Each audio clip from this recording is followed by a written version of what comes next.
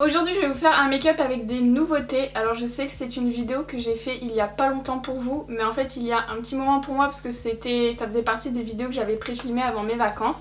Et en fait entre temps il y a eu beaucoup de lancements, j'ai reçu beaucoup de produits, je vous avais fait le unboxing complet de tous les colis que j'avais en retard au retour de mes vacances. Je l'avais fait sur Instagram, c'est sauvegardé dans un petit highlight qui s'appelle PR si vous l'avez loupé. J'ai pas enregistré toutes les photos mais vous avez l'essentiel. Et comme j'ai beaucoup de produits à vous montrer, j'ai décidé de vous faire une vidéo où je les regroupe tous au lieu de les intégrer dans plusieurs vidéos. Je trouve que c'est plus intéressant comme ça, donc voilà. Sinon mes colliers viennent de chez Régal Rose, je vous les montre rapidement. Là du coup j'ai 3 colliers et je vous mettrai les liens dans la barre d'infos comme d'habitude dans la rubrique ce que je porte. Et sachez que j'ai maintenant un code de réduction sur le site Régal Rose parce que c'est quelque chose que vous m'avez énormément demandé. Donc j'ai demandé à la marque et ils me l'ont créé, donc c'est Marion15 et ça vous donne droit à moins 15% sur tous les produits de la boutique. Pour le moment il est valable jusqu'au 31 août et si ça vous plaît j'essaierai de le continuer un petit peu plus longtemps avec la marque. En tout cas je suis très contente parce que du coup je vais pouvoir l'utiliser moi aussi. Voilà, donc on va commencer tout de suite, je vais vous présenter les produits au fur et à mesure et voilà. Pour commencer je vais venir préparer ma peau avec le sérum Hangover de chez Too Faced, donc il s'appelle Good in Bed et au départ je pensais que c'était un sérum à appliquer le soir mais en fait pas du tout, il faut l'appliquer matin et soir. C'est un sérum apaisant pour un teint éclatant, il est revitalisant, hydratation intense, il contient de l'acide hyaluronique, de l'eau de coco, du fruit du dragon et de la vitamine B5. En gros c'est un sérum qui va vraiment bien réhydrater la peau et lui donner un aspect éclatant. Alors c'est pas quelque chose que je vais intégrer dans ma routine soin parce que vous savez que je suis très fidèle depuis l'année dernière et que je change quasiment pas, mais il y a des petites choses comme ça que je fais ponctuellement un petit peu avant de me maquiller, mais je les intègre pas vraiment dans ma routine soin. Là j'ai déjà tout fait, mon visage, je l'ai nettoyé, etc. Donc voilà. Mais sachez que si vous aimez ce sérum, vous pouvez très bien l'intégrer dans la vôtre. Donc je vais en mettre un petit peu sur ma peau. Je vais mettre 2 pompes. Il sent comme la gamme Hangover de chez Too Faced, évidemment, de chez Too Faced. Comme le spray et la base Hangover sent un petit peu l'eau de coco, c'est assez frais, c'est pas désagréable. Les soins Too Faced, honnêtement, je les trouve vraiment pas mal. Je trouve qu'ils sont doués en soins. Je suis pas une skincare addict, hein, j'y connais pas un rayon sur le skincare, mais à mon petit niveau, je les trouve vraiment pas mal. Je vais continuer ensuite avec la Hangover Good to Go, toujours de chez Too Faced. Donc c'est un hydratant avec un SPF 25 et qui protège contre les UVA et les UVB. Donc il faut appliquer 3-4 pompes après le sérum idéalement, c'est ce qui est marqué derrière. Voilà, et c'est quelque chose qui... Bon, j'ai pas mis 3-4 pompes, j'ai mis que 2 pompes, mais ça me paraît assez suffisant. Et donc je vais l'appliquer sur tout mon visage. Il faut éviter le contour des yeux. Elle est censée être... Bon, il y a la même odeur hein, que le reste. Ça sent pas du tout la crème solaire d'ailleurs. Souvent, il y a toujours une arrière-odeur de crème solaire. Mais là, ça sent pas du tout. Après, bon, c'est pas trop grave non plus, hein, mais... Et elle est censée être assez légère, ce qui est vrai. Après j'ai l'impression qu'elle est un peu collante, mais ça va sûrement pénétrer. En été c'est hyper important de mettre une protection solaire, au moins sur votre visage, d'ailleurs tous les autres jours de l'année aussi, mais particulièrement l'été parce que le soleil est beaucoup plus agressif. Après c'est quelque chose qu'il faut renouveler dans la journée, donc je vous conseille d'avoir toujours des espèces de sprays ou des brumes à pouvoir pulvériser dans la journée parce que c'est quelque chose qui va s'estomper au fil du temps en fait. En général tous les 2 heures il faut que vous remettiez votre crème solaire. Je vais ensuite passer à la base, donc ce sera la nouvelle base Fenty matifiante qui est censée donc lisser les ridules et les pores et matifier. Alors je vous avoue que j'ai un peu peur de l'utiliser parce que je connaissais la première qu'ils avaient sortie, je l'avais achetée d'ailleurs à sa sortie, je vous avais fait une vidéo au tout début de ma chaîne aussi. Et en fait elle m'avait donné des boutons, donc je sais pas si c'est la base ou si c'est le fond de teint, mais en tout cas la base je l'ai donnée à ma soeur du coup, ma soeur l'a utilisée et elle m'a dit pareil, donc j'espère que celle-ci va pas me faire la même chose. Du coup je vais en mettre un petit peu. Alors elle a l'air plus légère que la première, elle est vraiment très fluide, donc je vais l'appliquer. Bon, elle sent la vanille un petit peu comme les produits Fenty, c'est toujours la même odeur. Et du coup, je vais l'appliquer un peu partout pour éviter de briller, mais après vous pouvez l'appliquer uniquement sur votre zone T si c'est là que vous brillez. J'ai l'impression qu'elle est un peu plus agréable à appliquer que la première. Elle fait pas un effet trop poudreux, vous savez. Même si c'est pas quelque chose qui me dérange, mais j'aime bien, c'est assez léger. En fait comme c'est l'été j'ai envie de produits assez légers surtout avant d'appliquer le fond de teint pour éviter de faire des surcouches. Donc là pour l'instant la texture j'aime bien. Et là on va passer au fond de teint et c'est vraiment un fond de teint que j'avais trop hâte de tester depuis super longtemps. C'est le fond de teint The Ordinary, le Serum Foundation. Il fait 30 ml pour 7 €. C'est vraiment un record. Même les fonds de teint NYX ils battent pas ce record de prix là.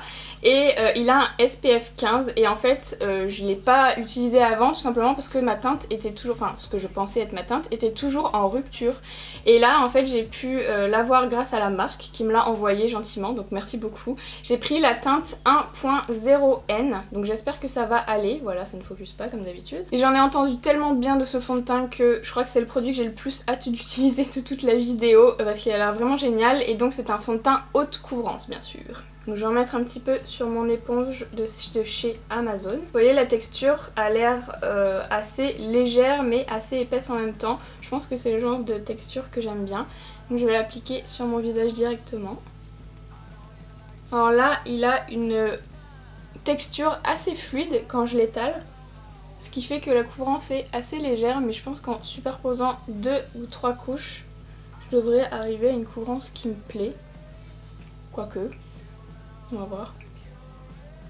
Voilà pour la première application. Comme vous le voyez, ça a bien unifié mon teint. Je trouve que la couleur est très bien. Pour l'instant, il n'y a pas d'oxydation. Par contre, petite remarque sur la couvrance, vous voyez, on voit encore un petit peu mon petit bouton de moustique ici, parce que oui, c'est un bouton de moustique, d'ailleurs j'en ai partout, j'en ai un ici, j'en ai un par là, j'en ai un aussi par là. Les moustiques me bouffent la gueule, c'est génial. Et bref, je trouve que c'est une couvrance qui est moyenne pour l'instant, en tout cas avec une seule application, mais je pense que si j'en fais une deuxième, j'aurai la haute couvrance qui est promise par le fond de teint. Donc c'est parti, je fais une deuxième application, et puis voilà, il y a un bus qui vient de klaxonner, merci. Je comprends pas pourquoi les gens ne s'arrêtent pas de vivre quand je tourne des vidéos. C'est incroyable. Donc là je vois déjà que la couvrance commence à arriver parce que vous voyez ça a bien caché à ce niveau là. Donc finalement c'est une couvrance qui est modulable de moyenne à forte. Voilà pour la deuxième application et là vous voyez ça a bien tout unifié. Là pour le coup la couvrance est vraiment haute. Par contre le fini est un petit peu brillant pour ce que j'aime mais en poudrant ça devrait régler le problème. Je vous montre ce que ça donne sur la peau de plus près. C'est un peu brillant comme je vous disais mais franchement regardez ça a quand même bien couvert et je trouve que ça fait pas d'effet matière même au niveau du nez. Je trouve ça vraiment joli.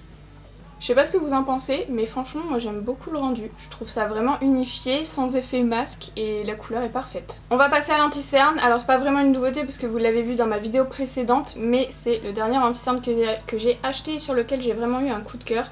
C'est le Stay Woke de chez Huda Beauty et vraiment, si vous n'avez pas vu ma dernière vidéo, allez voir parce que cet anti-cerne il est vraiment incroyable. J'en profite de le mettre en ce moment parce que vous voyez comme la teinte est assez proche de la carnation de mon fond de teint et moi j'aime bien quand c'est un petit peu plus clair. Je pourrais pas l'utiliser clairement cet hiver quand j'aurai un peu débronzé parce que là oui je suis un peu bronzée. Donc du coup je m'en sers vraiment juste comme anti-cerne, c'est pour ça que j'en mets moins qu'avec mon Tarte. Mais franchement la texture et le rendu de cet anti-cerne, honnêtement j'adore. Je sais même pas si je le préfère pas au Tarte, c'est pour vous dire. Je pense que s'ils sortent une teinte plus claire, là je vais adorer et je pense que ce sera mon nouvel anti-cerne préféré. Franchement cet anti-cerne je suis toujours aussi subjuguée et honnêtement ça m'est pas arrivé depuis la découverte du Tarte, pour vous dire. Donc franchement le rendu est magnifique. Je vais appliquer aussi ma base P. Louise maintenant. Oh mince. Comme ça c'est fait. Je laisse tomber avec la petite éponge du set d'éponges de chez Amazon. C'est la plus rigide des trois. Forcément puisque c'est la plus petite et du coup c'est celle que j'aime le moins mais j'avoue qu'elle est assez pratique pour appliquer la base comme ça sur ma paupière. Elle peut être aussi très cool pour votre anti-cerne si vous aimez bien les petites éponges. Là j'ai poudré mon teint et j'ai fait mes sourcils et maintenant on va passer à la palette Tan de chez Natasha Denona. Donc c'est une palette de 4 fards dont 2 crèmes et 2 poudres qui ressemble un petit peu à la Bloom palette, je sais pas si vous vous souvenez. C'était celle-ci avec pareil 2 crèmes et 2 poudres et là c'est vraiment à peu près la même chose mais plus dans les tons bronzés et c'est pour faire quelque chose d'assez glowy quand même, hein. Comme ça d'ailleurs. Natasha Denona de toute façon elle fait toujours des teints assez glowy. Et donc elle est censée convenir à tout type de carnation et en principe il faut commencer par cette teinte là qui est la teinte Blush and Bronze Powder. Donc c'est une poudre et je vais l'appliquer avec le pinceau 105 de chez Zoeva. Alors je vais commencer par en appliquer peu parce que j'ai pas envie de faire une grosse trace, il a l'air quand même assez pigmenté. Ok. Moi c'est vraiment une teinte que j'utiliserai plutôt pour faire un contouring, mais je vais vraiment l'utiliser comme elle préconise de le faire. J'ai regardé dans ses stories comment elle faisait. Donc il faut vraiment en appliquer comme un blush en fait. Alors j'ai pas fait du tout de contouring au niveau de mes joues, par contre j'ai fait du contouring au niveau de mon front, de mon nez et de l'ovale de mon visage un peu comme d'habitude. Sauf que j'ai pas fait les joues justement pour laisser vraiment juste la palette et voir ce que ça donne. Et c'est une teinte qui est assez jolie quand même. Ensuite je vais passer à la Glow Cream Base qui est juste au-dessus, donc elle l'applique avec une petite éponge, donc je vais faire de même. Je reprends l'éponge que j'ai utilisée pour appliquer mon fond de teint, donc je prélève un peu de matière directement dans la palette. Ça va, j'avais peur que ce soit un peu trop foncé mais ça a l'air d'aller. Donc elle l'applique, ah oui ça fonce un peu quand même. Et elle l'applique par-dessus par-dessus ce qu'on vient de faire en fait. Donc elle en a mis partout, alors je vais faire comme elle. Ça donne un petit effet satiné qui est pas dégueu.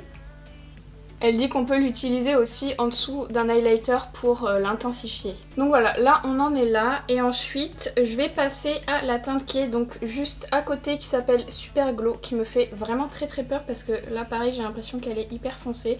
Bon la palette est déjà dégueu.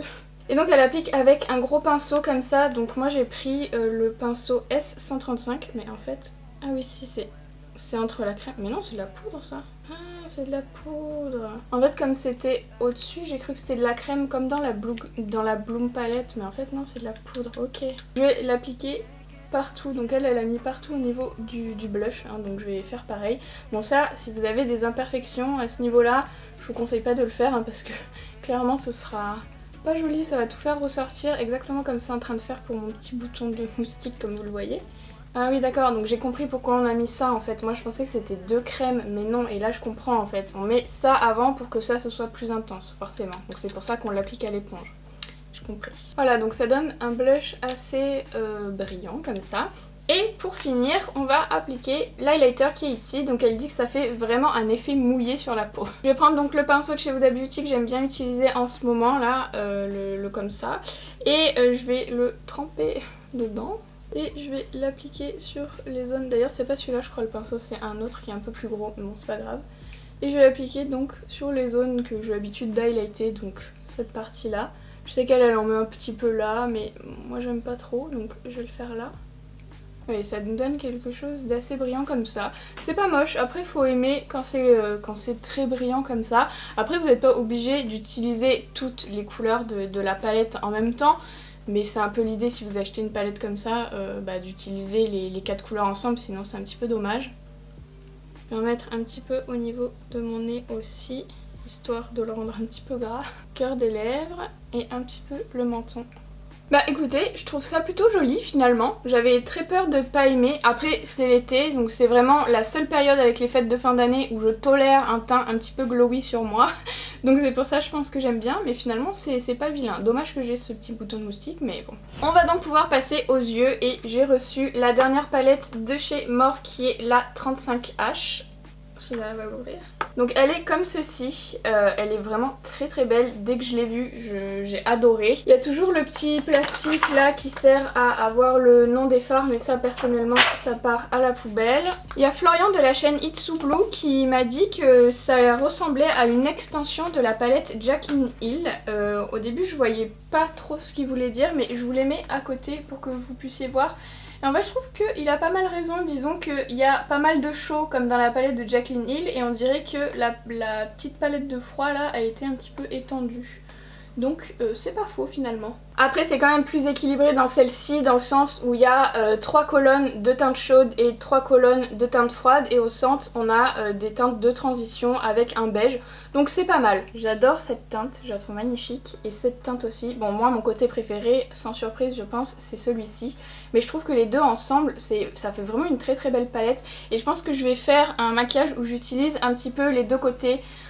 Pour voir ce que ça donne, donc je pense que je vais séparer mon œil en deux entre guillemets où je vais faire du chaud ici et du froid là. Je vais appliquer le beige qui est ici, donc qui est au centre de la première ligne, au niveau de mon arcade sourcilière. Bon j'en ai pris un peu trop, très poudreux.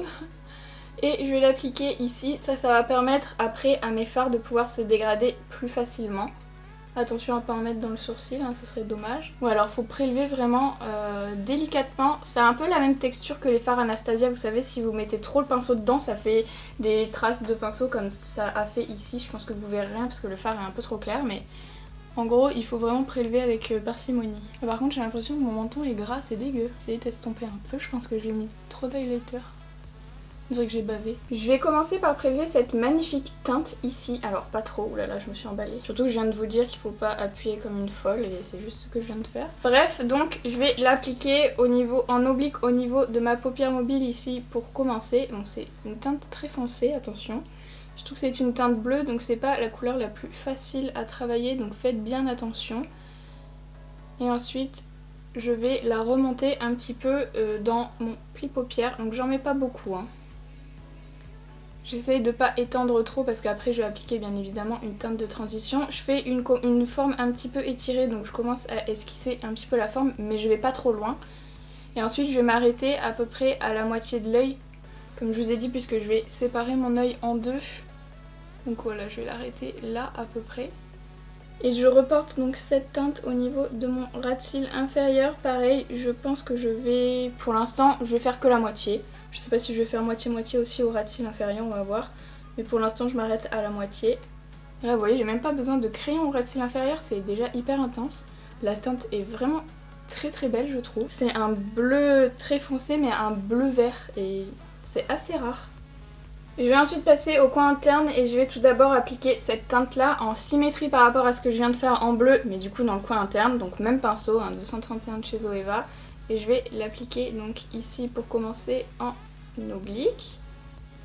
Et ensuite je vais remonter dans le pli paupière et me mettre à la jonction entre les deux couleurs et essayer de les dégrader au milieu ensemble pour pas que ça fasse une barre trop nette, donc à ce niveau là.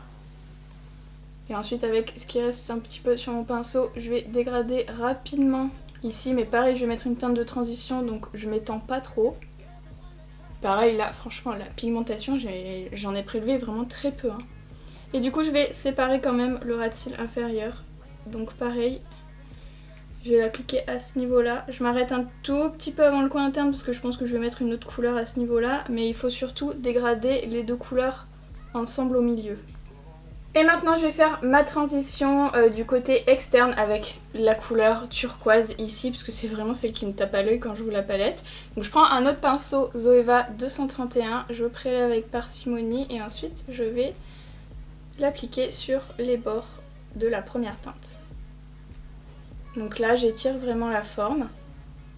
Je vais m'arrêter à la fin du sourcil à peu près. Je reprends le pinceau avec lequel j'ai appliqué le beige au tout début au niveau de mon arcade et sans rajouter de matière dessus, je vais venir me mettre vraiment sur la fin pour bien dégrader la teinte. Le bleu c'est pas une couleur qui est hyper facile à dégrader, donc ça vous aidera. Je reprends aussi le pinceau de la couleur la plus foncée sans rajouter de matière dessus et je vais me mettre entre les deux pour bien dégrader. En fait je vais vraiment jongler entre les deux pinceaux des deux couleurs pour pouvoir créer mon dégradé. Faut pas appuyer fort, hein. Et je fais la même chose au niveau du ras de cils inférieur.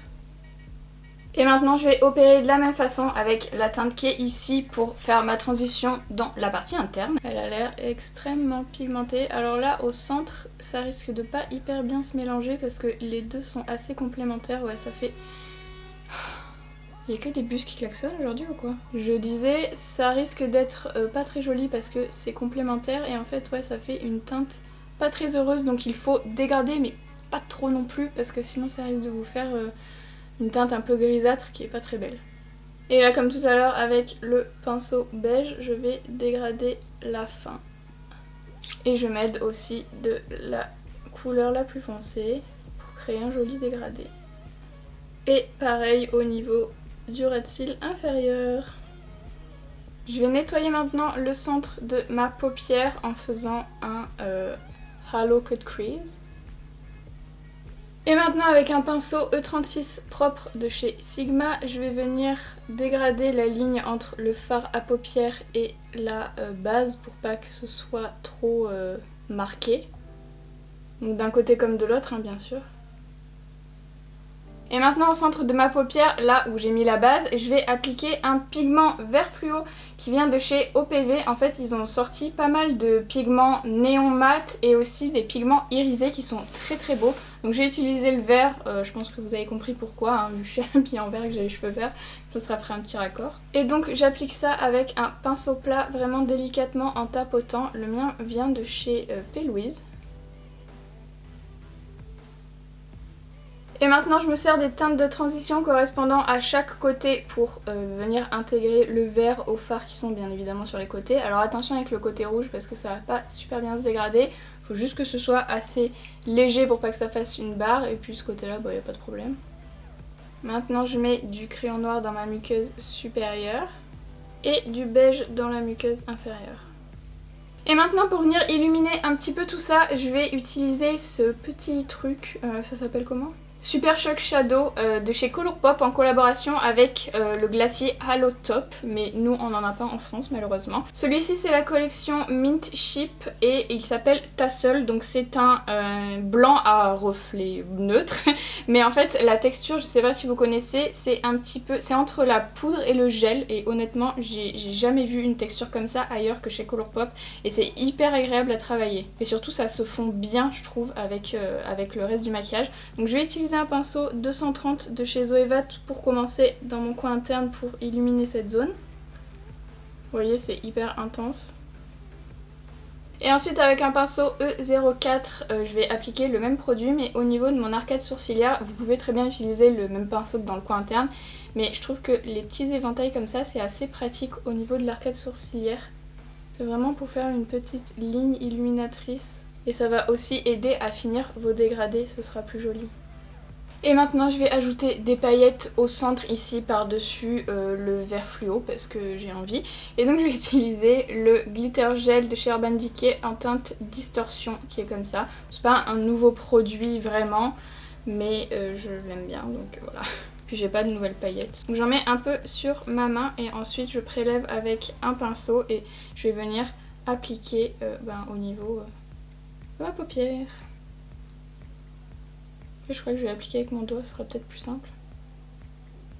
Maintenant on va passer à l'eyeliner, donc j'ai un nouvel eyeliner de chez Anastasia que je vais tester, d'ailleurs il se prend comme ça. Il est vegan, ultra black et il a un fini mat. Alors vous savez que d'habitude j'aime bien utiliser mon propre pinceau avec mon propre eyeliner. En général j'utilise donc, toujours de chez Anastasia d'ailleurs, la crème Jet et je mélange avec un petit peu de Duraline de chez Inglot et j'ai vraiment pas l'habitude d'utiliser ce genre de produit parce que je trouve ça trop lent à utiliser et surtout que celui-ci il a un embout feutre et j'aime pas trop les embouts feutres donc on va quand même tester. Après ce genre de produit là, moi je trouve que c'est bien si vous aimez les liners très fins ou très précis ou je les utilise parfois pour faire des détails. Après ce que j'aime bien c'est qu'il a un fini vraiment mat et vous voyez en fait moi comme je fais toujours des gros traits, ben là il faut que je fasse plusieurs passages. Et en fait ça me prend plus de temps que de prendre directement mon pinceau et de faire mon gros trait. Après c'est juste une question de goût, hein. Ça veut pas dire que le produit est mauvais. Je trouve que le pinceau prélève quand même pas mal de matière. Alors après ce genre d'embout ça a tendance à s'abîmer avec le temps et c'est plus précis après et c'est ça qui est chiant avec les embouts feutres. Donc on verra avec celui-ci. En tout cas j'aime bien ma texture, il est assez liquide, je sais plus si je vous ai dit mais il est waterproof. Donc il faut quand même le travailler assez vite parce qu'une fois qu'il est sec bah ça bouge plus.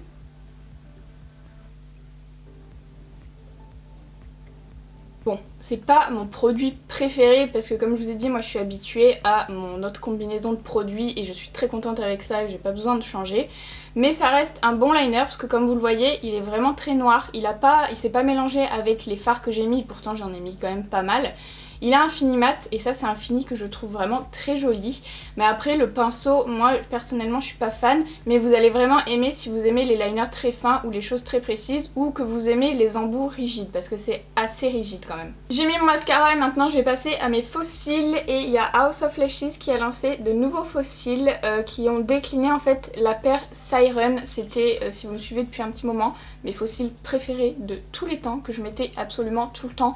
Ils sont magnifiques ces faux cils là. là et en fait ils ont fait 3 déclinaisons. Donc il y a toujours les Siren normaux, il y a les Siren Flare et les Siren Double. Donc les Siren Double c'est ceux-ci, c'est ceux que je vais mettre et je suis super contente qu'ils existent en double parce que moi parfois je mettais 2 paires ensemble pour que ce soit un petit peu plus fourni et là en fait c'est exactement le résultat que j'adore et voilà, donc je suis hyper contente. Ils sont hyper faciles à coller, les Siren ils sont vraiment parfaits pour des maquillages un petit peu naturels parce que la bande est transparente mais ça fait des cils vraiment magnifiques et j'en avais plus, c'est pour ça que je les mettais plus et là du coup je suis trop contente. Voilà ce que ça donne posé, je les trouve vraiment très beaux, ça intensifie en fait un petit peu le maquillage mais ça reste naturel, on dirait pas que j'ai des faux cils en fait et ils sont toujours très légers et faciles à poser. Je vais passer aux lèvres et j'ai choisi de faire quelque chose d'assez naturel parce que juste après j'ai un déjeuner et du coup j'ai pas envie d'avoir un rouge à lèvres dégueu donc du coup je vais mettre du nude. J'ai choisi d'utiliser un des nouveaux NYX lingerie push-up, excusez-moi, qui est une nouveauté donc de chez NYX. C'est un crayon qui s'ouvre comme ça. Il y a les mêmes teintes que les lingeries, enfin il n'y a pas toutes les teintes, mais les noms sont pareils. Donc en fait si vous avez un lip lingerie que vous aimez bien, vous pouvez le retrouver dans cette gamme-là. Et en fait c'est un crayon à lèvres qui va avoir un fini mat, mais qui va rester assez crémeux, donc assez confortable. C'est un petit peu différent des liquides mat. Et c'est surtout très facile à appliquer puisque c'est déjà en crayon. Alors moi j'ai choisi la teinte Lace Detail. Ils sont un petit peu mentholés, donc ça rafraîchit un peu la lèvre, ça va également pulper un petit peu. Et en fait ce que j'aime bien c'est que vraiment l'application est hyper simple parce que le crayon est assez pointu. Vous avez au bout un petit taille crayon et vous pouvez tailler si vous trouvez que le bout est un petit peu trop arrondi au bout d'un moment. Donc voyez l'effet que ça donne, ça fait quelque chose d'assez opaque mais qui reste mat et je trouve que ça dessèche moins les lèvres que les liquides mat, donc si vous trouviez que ça marquait un petit peu trop, je pense que cette texture là va peut-être vous convenir. Et par dessus je vais appliquer un des nouveaux rouges à lèvres liquides métalliques de chez Natasha Denona parce que j'ai envie de faire un truc un peu métallique et j'ai pris la teinte Nude Metallica. Bon, je le trouve pas si métallique que ça hein, finalement, mais j'aime bien la couleur. Et pour finir je vais appliquer un coup de spray. Alors c'est pas vraiment un spray fixateur, c'est plutôt un spray rafraîchissant mais j'ai tellement chaud que j'en ai bien besoin. C'est la marque Révolution en collaboration avec Jake Jamie et c'est donc à la noix de coco je crois. Ah oui c'est noix de coco un peu acidulé, il doit y avoir de l'ananas ou un truc comme ça aussi, ça sent super bon. Et pour finir je vais appliquer l'huile pailletée de chez Sol Body qui est une marque de Colourpop. En fait c'est une huile pailletée, alors moi tout l'été j'ai utilisé l'huile Anastasia. C'est un peu le même genre sauf que c'est beaucoup plus grand, il y a 4 teintes. Là c'est la teinte Soft Gold qui est la deuxième plus claire.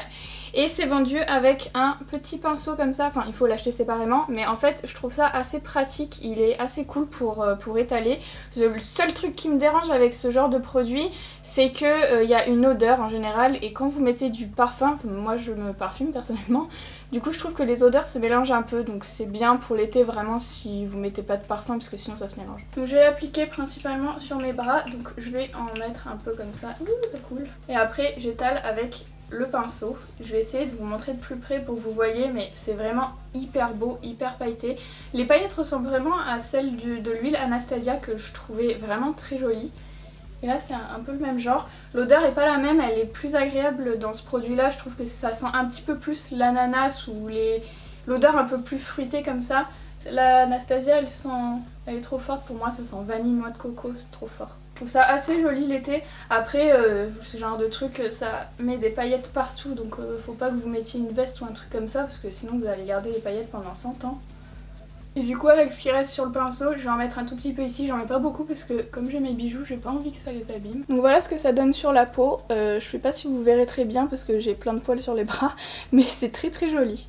C'est tout pour le maquillage, j'espère que ça vous a plu. Alors mon gros coup de cœur de la vidéo, c'est vraiment le fond de teint The Ordinary parce que je trouve que pour 7 €, 30 ml, SPF 15, la qualité est incroyable. Enfin franchement il aurait été plus cher, je l'aurais acheté quand même parce que je le trouve vraiment bien.